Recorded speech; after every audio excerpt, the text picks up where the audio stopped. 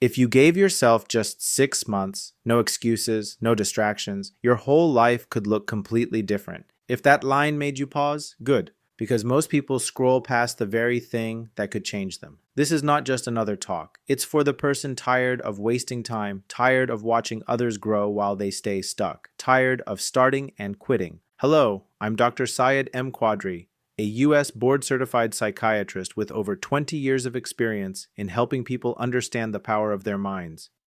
With my extensive experience, I've seen firsthand how our minds shape our reality.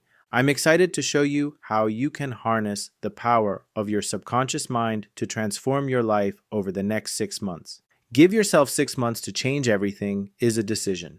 This might be the first time someone tells you the truth without sugarcoating it. If you walk away now, nothing changes. But if you watch this to the end, you'll walk away with a mindset that doesn't rely on motivation ever again. Stay locked in. This is the video your future self has been waiting for. Chapter 1. Be honest about what's actually ruining your life. This is the first, toughest step toward real transformation. You cannot move forward pretending everything is fine. You can't fix what you refuse to face. Too many people spend their whole lives avoiding the truth about themselves, clinging to the same habits, excuses, and behaviors that are quietly destroying their potential. You need to sit down and get brutally honest. Ask yourself, what am I doing every day that holds me back? What thoughts do I believe that make me feel small? Procrastination. You keep putting things off, saying you'll start tomorrow, but tomorrow never comes. Addiction to escape. When things get hard, you escape into comfort, food, scrolling, or mindless distractions. The escape becomes routine. Limiting mindset. You constantly doubt yourself, expecting the worst, shrinking away from growth because you don't believe you are capable. Toxic environment. You allow people who refuse to grow or who pull you backward to stay close. The truth might be that you are the one avoiding conflict, saying yes when you should say no, or settling for being stuck because you're afraid of being alone. This isn't about blaming your past, it's about changing your present. You need to stop and say, I'm done allowing this to hurt me. That means changing how you show up. If you wake up late, drag through the day, and live on autopilot, that is ruining your life. You know which habits leave you feeling guilty. That is the truth you need to face. Growth doesn't care about your comfort. It cares about your commitment. Take inventory.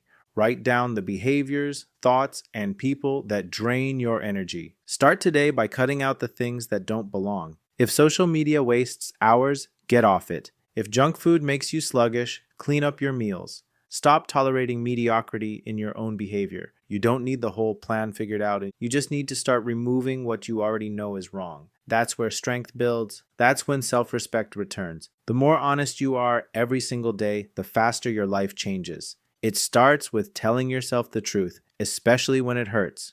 Because once you do that, you take your power back. Chapter 2. Break the habits that make you hate yourself. If you want a better life in 6 months, stop doing things that make you feel weak, lazy, or disappointed in yourself. You can't live with a cycle of silent shame and expect your confidence to grow. Habits that were small at first have turned into chains. Tools you use to hide, avoid, and delay the life you're capable of. Every time you revert to them, something in you shrinks. That's not discipline, that's self-abandonment. You know when you look in the mirror that you're not proud of how you handle your time, your body, or your responsibilities. Once you're honest about how those habits affect you, you can't unsee their harm.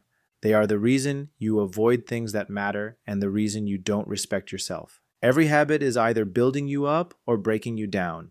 You've developed habits that train you to settle, to numb your emotions instead of processing them.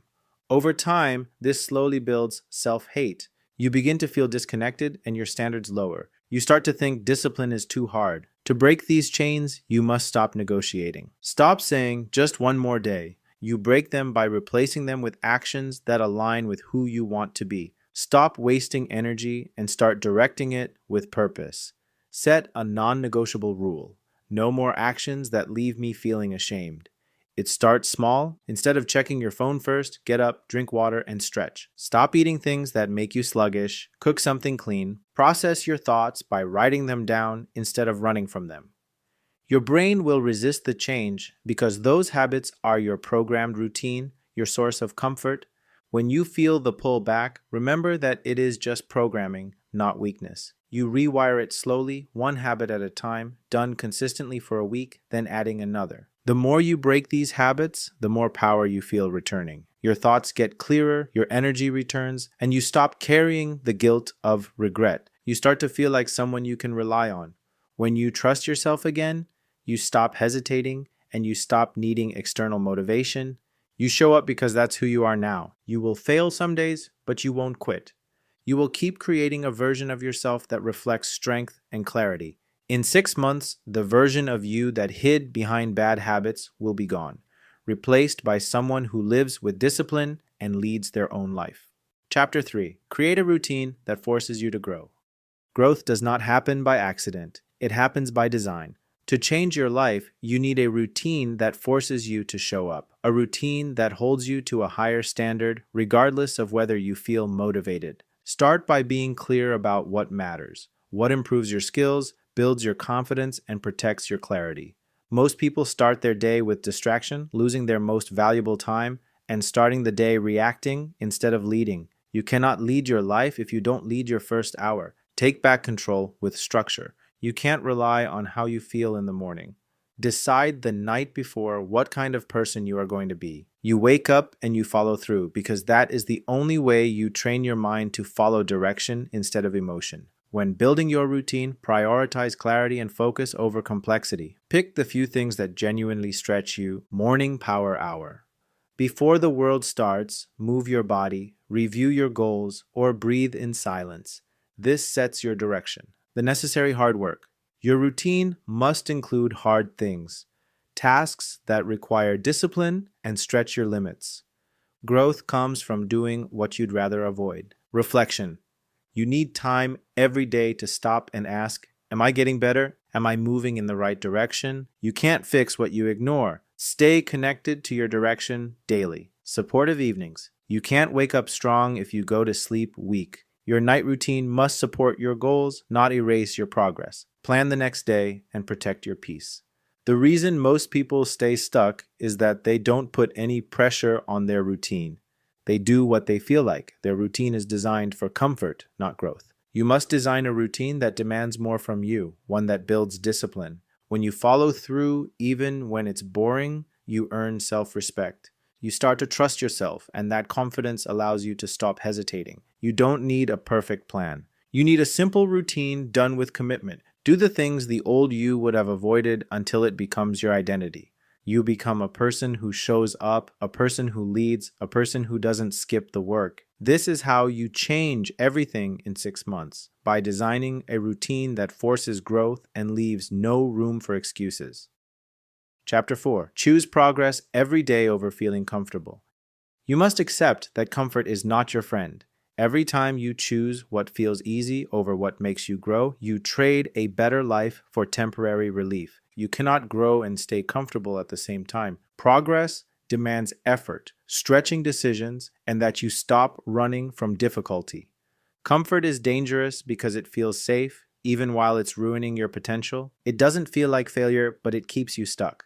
Comfort didn't protect you, it held you down. You must start saying no to comfort when it blocks the person you want to become. There are moments every day where you choose. Wake up or sleep in, focus or scroll, push through the workout or skip it. Every time you choose comfort, you reinforce the part of you that wants to stay the same. Most people are addicted to comfort, using it as a routine. You break this pattern by choosing discipline, short-term discomfort for long-term strength. This might mean saying no to socializing, working when you're not in the mood, or being brutally honest with yourself. Progress isn't loud, but it gives you pride and growth. You earn self-respect by making decisions that build your future. If you want a different life in 6 months, you must admit that comfort has cost you more than it has given you. Break the pattern by doing something uncomfortable today. Pick one thing you've been avoiding, do it, and finish it. Then do it again tomorrow. Change happens not with a sudden breakthrough, but with small daily choices that favor growth. When you push through the discomfort, you realize you don't need to be comfortable to make progress. You learn you are capable of doing hard things and you develop mental endurance. You stop negotiating with the voice that says you are too tired or too busy. That voice is not on your side.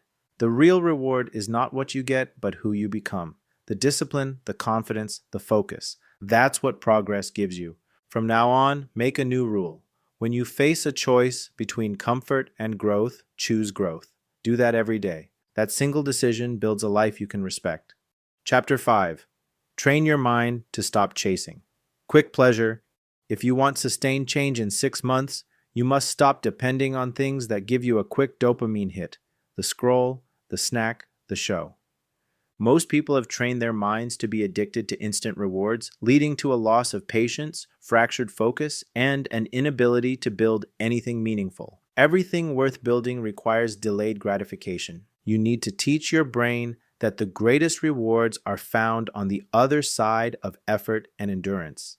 You do this by intentionally creating moments of discomfort. Sit in silence instead of grabbing the phone. Drink water and wait instead of having a snack when bored. Spend 2 hours working on a skill instead of binging entertainment. Every time you choose the harder path, you strengthen your willpower and teach your system that long-term gain is superior to immediate relief. The habit of chasing instant pleasure makes you weak. The habit of embracing delayed reward makes you strong and makes you the master of your decisions. Chapter 6. Master the art of the unsexy work. Everyone wants the result, but nobody wants the unsexy work, the boring, repetitive, small actions that actually build the foundation for success.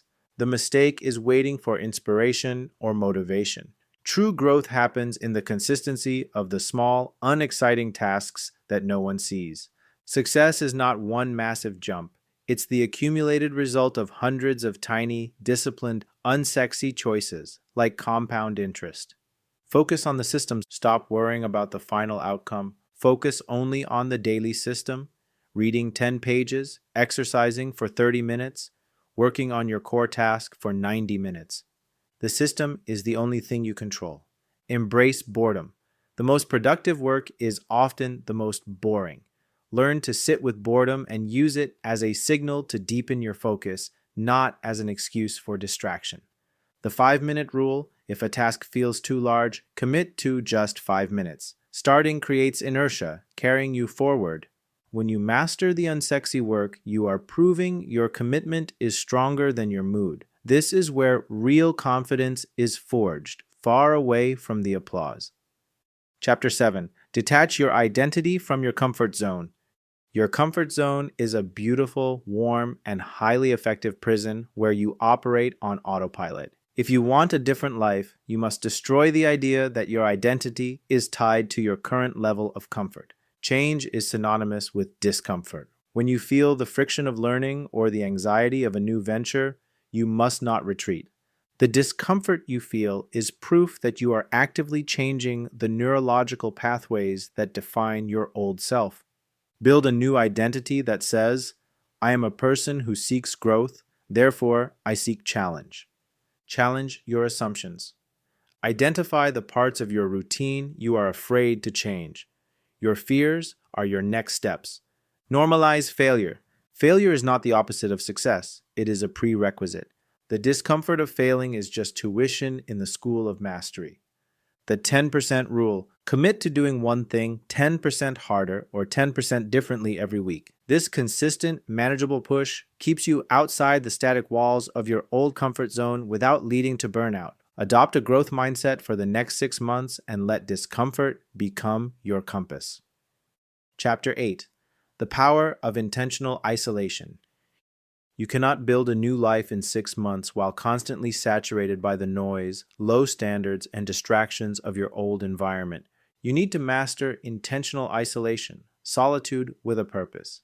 This is the deliberate act of turning down the volume on everything that is not your primary goal. When your focus is fractured by noise like social media, draining relationships, your mind never achieves the sustained quiet needed for real thought and high-level execution. Protect your energy. Limit contact with people and activities that deplete your mental or emotional energy. Invest your finite resources only in your growth. The deep work block. Schedule non-negotiable blocks of deep work, 90 to 120 minutes, where you disconnect entirely from technology. This is where meaningful progress occurs. Find your third place. Develop an environment, a library, a specific spot dedicated only to focused work and learning. Isolation forces you to face your own procrastination and fears, but it also gives you the space to clearly hear your own ideas. The person who learns to thrive in solitude will emerge in 6 months with clarity and genuine momentum.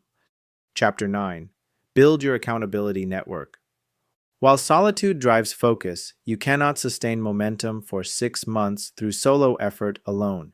You need external accountability, a force multiplier that keeps you honest when self-discipline inevitably wavers. Accountability is the bridge between commitment and consistency. When you commit a goal only to yourself, it's easy to quit. When you commit to another person, the social pressure makes follow-through far more likely. Find an accountability partner.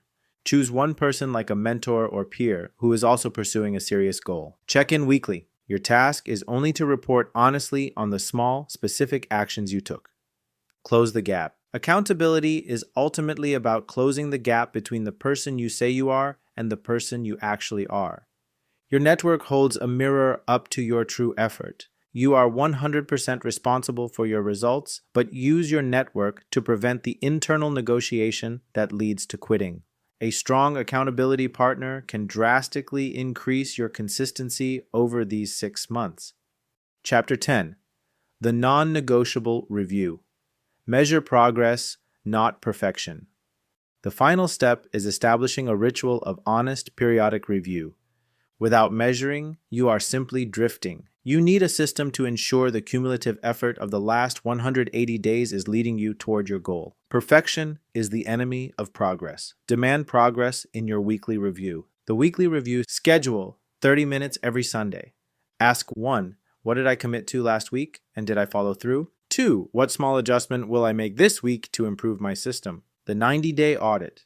At the halfway point, assess the big picture. Are your systems means routine, isolation, still serving you? Be willing to discard any habits or goals that are no longer working. The 6-month verdict. On day 180, assess who you have become. The goal isn't just to check off a result, it's to see the fundamental change in your fitness, finances, skills, and mindset, all achieved through measured, sustained effort. The biggest mistake is quitting before the compound effect kicks in. The growth is happening under the soil. Keep watering, keep reviewing, and in 6 months, you will witness the visible, undeniable result of your sustained effort.